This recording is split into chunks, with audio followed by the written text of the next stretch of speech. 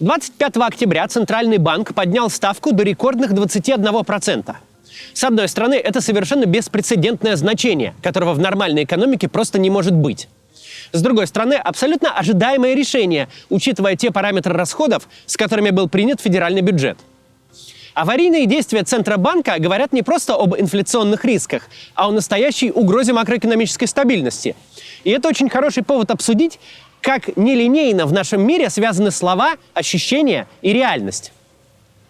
Если очень кратко объяснить, что такое ключевая ставка, то это инструмент, которым Центральный банк регулирует цену денег. Чем дороже стоит рубль, тем выгоднее становится держать его на депозите, и тем невыгоднее становится отдавать его в кредит. В нормальной ситуации это очень мощный инструмент, с помощью которого можно либо насытить экономику деньгами, сделав кредит дешевым, либо, наоборот, высосать из оборота деньги на депозиты. Чем больше денег не ходит по экономике, не тратится на товары и услуги, а сберегается, тем медленнее растет инфляция. В нормальном случае это так. Но не в этом, как у нас сейчас. Надо признать, Владимир Путин довольно эффективно создает у всех иллюзию, будто у него все хорошо. Война, несмотря на все провалы первого года, идет как никогда успешно. Экономика, несмотря на все санкции, растет как на дрожжах. Самое удивительное, что люди скорее задаются вопросом, как у него это получается, а не вопросом, а так ли это вообще? Хотя все данные вроде как под рукой. Мы сегодня говорим об экономике, но начнем с военных цифр. Как у Путина получается столь быстро наступать?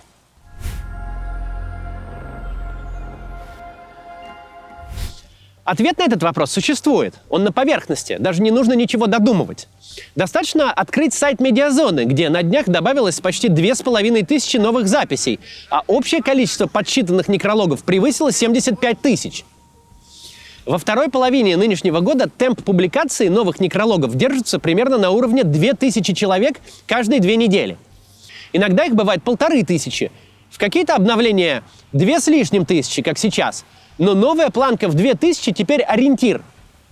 Если мы откроем сайт Медиазоны в веб-архиве, то увидим. Осенью 2022 года каждые 2 недели добавлялось около 500 человек. Бывало чуть меньше или чуть больше, но ориентир был такой. Переключимся на осень прошлого года. Тогда появлялось примерно 1000 некрологов каждые 2 недели. Понятно, что апдейты Медиазоны по некрологам даже близко не являются универсальным мерилом. У этого метода множество ограничений. Он очень далек от реальных оценок потерь. Но если оценивать не изолированные данные, а рост этих посмертных цифр в динамике, то все становится вполне понятно. Типичные 2 недели осенью 2024 года уносят как минимум вдвое больше жизней, чем в прошлом, и вчетверо больше, чем в первом году войны. Вот вам Авдеевка, Угледар, любой новый топоним на карте, который российской армии удалось взять. Все они выражены в регулярных апдейтах Медиазоны, которые не дают сомневаться. 3-й год войны самый кровавый для российской армии за все время. Он уносит гораздо больше жизней, чем 2 первых вместе взятых. Российская армия нашла способ получать новых людей, покупая их за огромные деньги. И едва получив, мочит вообще без счету. Очень тупое и прямолинейное объяснение, не учитывающее никаких нюансов тактики и стратегии, снабжения и логистики, без внимательного разглядывания карты и обзоров технических новинок сторон, но тем не менее такое объяснение выглядит совершенно исчерпывающим. Каждый день гибнет больше людей, чем гибло до этого. Каждый следующий километр стоит больше прошлого. Вот вам и все победы. Организация, которая исполняет обязанности Медиазоны в российской экономике, называется Центральный банк России. Ведомство Эльвиры Набиуллиной – это главная независимая экономическая СМИ в нашей стране. Их официальные публикации не написаны ярким публицистическим языком, но они до предела откровенны. Повышая ставку до абсолютного рекорда в 21%, ЦБ говорит все как есть. Дополнительные бюджетные расходы и связанное с этим расширение дефицита федерального бюджета в 2024 году имеют проинфляционные эффекты. Требуется дальнейшее ужесточение денежно-кредитной политики для того, чтобы обеспечить возвращение инфляции к цели и снизить инфляционное ожидание. Они прямо говорят: дорогие друзья, вы приняли федеральный бюджет, который не имеет вообще никакой связи с реальной экономикой. Вы фаршируете экономику рублями. Это не приведет ни к чему, кроме превращения рублей в фантики. Единственное, что мы тут можем сделать, это продолжать повышать ставку до запредельных и запретительных значений в попытке хоть какую-то часть этой пустой денежной массы вытащить из оборота, хотя бы на время. Причем тут же устами своего председателя ЦБ признается, что это ни черта не сработает. Скорее всего, в декабре ставку придется снова повысить уже до 23%. И все равно показатели инфляции будут вдвое выше целевых. Пока идет всякая публичная дискуссия о том, чем вызван весь этот экономический рост и потребительский бум в разгар войны, монетарные власти отвечают на него безо всяких изысков. Он вызван совершенно неадекватной бюджетной политикой. В экономику просто вкачивают слишком много рублей. Политикой, которая дошла уже до такого сумасшествия, что инструменты денежно-кредитной политики теперь бессильны, хоть и повышая ставку. Действительно, какой смысл в запретительной ставке, если в бюджет тут же закладываются деньги на поддержку льготной ипотеки, чтобы не разорить застройщиков и не грохнуть перегретый рынок жилья? Какой смысл в ставке, когда бюджет раздает деньги всем подряд? Единовременная выплата за подписание контракта с российской армией выдается под ставку в минус 100%. То есть деньги раздают просто так, их возвращать не надо никак. Никакое решение ЦБ не в состоянии на это повлиять. Пока Путин и его пропаганда всех убеждают, как расцвела экономика, ЦБ прямым текстом говорит не только, что экономика в беде, в какой не была за все время у Путина у власти, но и признает, сделать с этим ничего нельзя. Ситуация сейчас хуже, чем была в начале войны, когда ЦБ пришлось аварийно и на очень короткий срок, всего на 1,5 месяца, поднять ставку до 20%. Ситуация хуже, чем была в черный вторник 16 декабря 2014 года, когда рубль за день грохнулся к доллару в 2,5 раза, когда доллар улетел от 40 к 100 рублям. Тогда ставку аварийно подняли всего-то до 17% и всего-то на 1 месяц. Сейчас же ЦБ говорит, государство настолько перегрело экономику, раздуло такой пузырь, что все те отрасли, которые не связаны с государством, не живут на госконтрактах и субсидиях, не пользуются льготами и дотациями, не получают бесплатные деньги, должны просто встать. Если вы вкачиваете деньги в льготную ипотеку, устраивая полное безумие с ценами на жилье, то никакой коммерческой ипотеки просто не должно существовать. Если вы продолжаете в обход рынка разгонять цены на жилье, значит, надо убрать рынок. Если вы без счету вкладываете деньги в очередной завод по производству дронов, значит, никаких других заводов никто строить не должен. Потому что с такой стоимостью заемных средств невозможно сделать бизнес-план не то что завода, даже кофейни на 3 стола. Если родственники погибшего военнослужащего тут же бегут покупать машину, само явление автокредита должно в такой ситуации исчезнуть.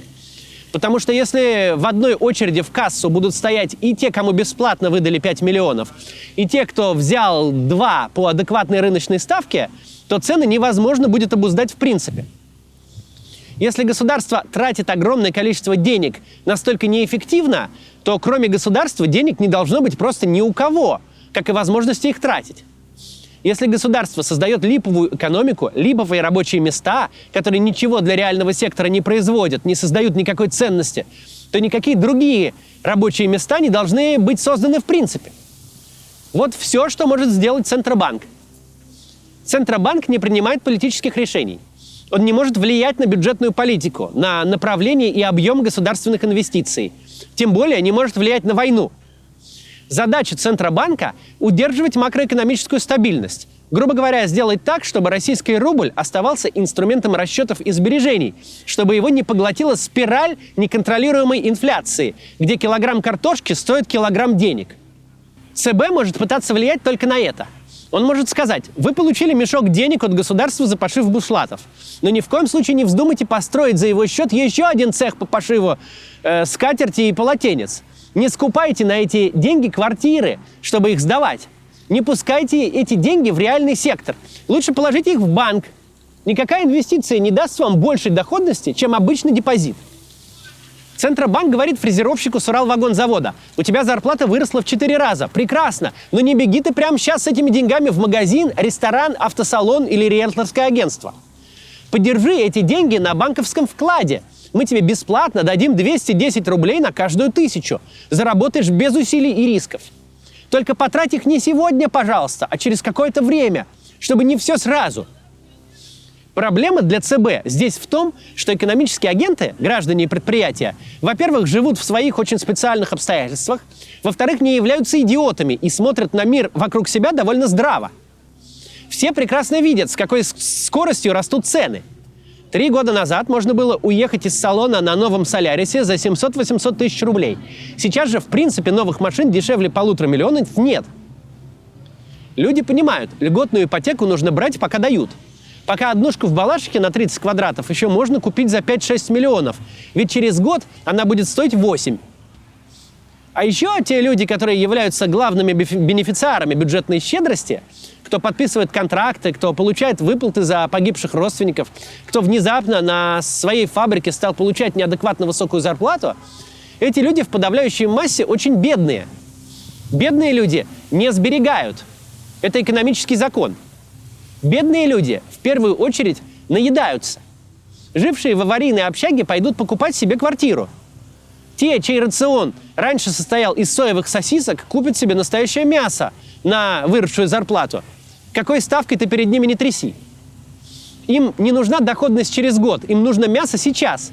А еще фрукты, одежда, техника. И все эти покупки будут очень сильно разгонять инфляцию, цены будут быстро расти. Поэтому роль ЦБ становится довольно странной. Государство очень демонстративно стремится всем показать, что у него все так хорошо, что лучше и быть не может. Вдогонку к абсолютно рекордному бюджету появляются новости, что, возможно, будет добавлено еще 1,5 триллиона на войну и льготные ипотеки. Тому самому Путину, который на саммите БРИКС светится отчасти и всех убеждает, что так жить можно бесконечно, ЦБ пытается сказать: вообще-то нельзя. Это все вредная иллюзия, за которую очень дорого придется заплатить.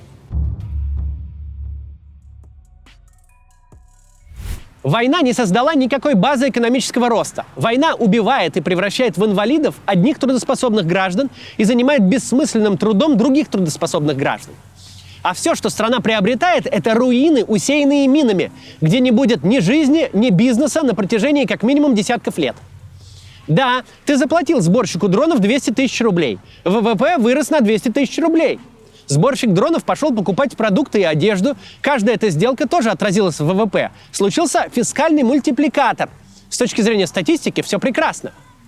А еще этот сборщик заплатил подоходный налог, и с каждой его покупки заплатился НДС.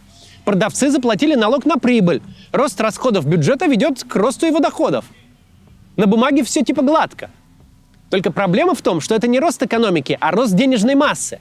Потому что дрон, за который вы изначально заплатили, не занял свое место в товарно-денежной цепочке, не создал добавленную стоимость. Он взорвался в чистом поле или вообще в очередном жилом доме. А сборщик дронов 3 года назад собирал, например, микроавтобусы, каждый из которых давал рабочее место водителю, возил людей, приносил деньги собственнику и создавал экономическую ценность. Сейчас же сборщик не просто получает деньги за производство ничего и накачивает этими деньгами экономику. Сейчас он не может заниматься сборкой того же автобуса, создавать реальную ценность, потому что всех способных работать государство заняло бессмыслицей. Насколько тщетны попытки ЦБ взять ситуацию под контроль, мы можем видеть по самому объективному индикатору, по курсу доллара. Еще год назад, когда Банк России только пошел по пути повышения ставки, его действия моментально влияли на курс. Рубль либо переставал дешеветь, либо даже довольно заметно подрастал. Эффект этот и тогда был недолгим, но он был. Сейчас рубль, если и шелохнулся, то в сторону обратную от ожидаемой. При нефти по 76, ставке 21% и явном анонсе дальнейшего роста этой ставки, рубль не то что не укрепился, а даже слабеет, что вообще уму непостижимо. Где-то с год назад мы говорили о том, что регулирование ставки очень мощный инструмент, который позволяет изымать лишние деньги из оборота, очень быстро остужать перегретую экономику и ловко нивелировать курсовые колебания. Но он не бесконечно эффективен. Поднять ставку с 7 до 15%, как это случилось год назад, это значимое изменение, которое разделяет просто высокую ставку и запретительную. Но между 19 и 21%, между анонсированными 23% с практической точки зрения разницы никакой нет. Российская экономика находится в таком состоянии, что ведомство, ответственное за само существование рубля, не просто утратило инструменты влияния на экономику, но прямо признает, оно здесь бессильно. Никто ничего не скрывает. Все действия, все цифры, все заявления абсолютно публичны. И тем не менее, люди продолжают задаваться вопросами, откуда этот пир во время чумы? Как России при всех санкциях и при громадном дефиците рабочей силы удается так успешно расти? А вот весь рост. Не рост экономики, а рост массы рублей в этой экономике. Некоторое время он способен создавать иллюзию реального роста и благополучия. Но нельзя представить себе ситуацию хуже той, где не какой-нибудь либеральный эксперт-экономист, а монетарная власть прямо говорит: прекратите этим заниматься. Ваше заявление вранье. У вас иллюзорная экономика, с которой мы не можем совладать. Есть такой фундаментальный труд, пожалуй, главный из вышедших на рубеже нулевых десятых. Называется «На этот раз все будет иначе». Там описывается развитие кризисов на протяжении столетий. И все эти кризисы объединяет одно. Политики всегда говорили: на этот раз будет иначе. На этот раз никакой это не пузырь, а такая новая нормальность. Рост, который вы видите, он естественный и ничего не грохнется. Потом все грохалось. Всегда создавалось ощущение, что фундаментальные экономические законы кто-то может написать для себя сам. Что кто-то ухватил Бога за бороду. И всякий раз оказывалось, что это не так. Что экономика одна для всех. И у вас росла не она, а пузырь, который очень больно лопнется. Здесь то же самое. Пока пузырь надувается, у всех создается впечатление, как никогда хорошей жизни.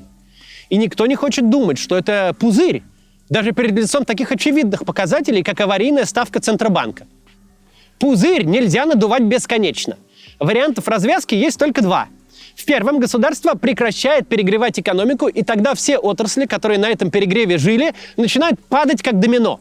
Оказывается, что некому покупать ивановские квартиры, понастроенные по 4 миллиона рублей.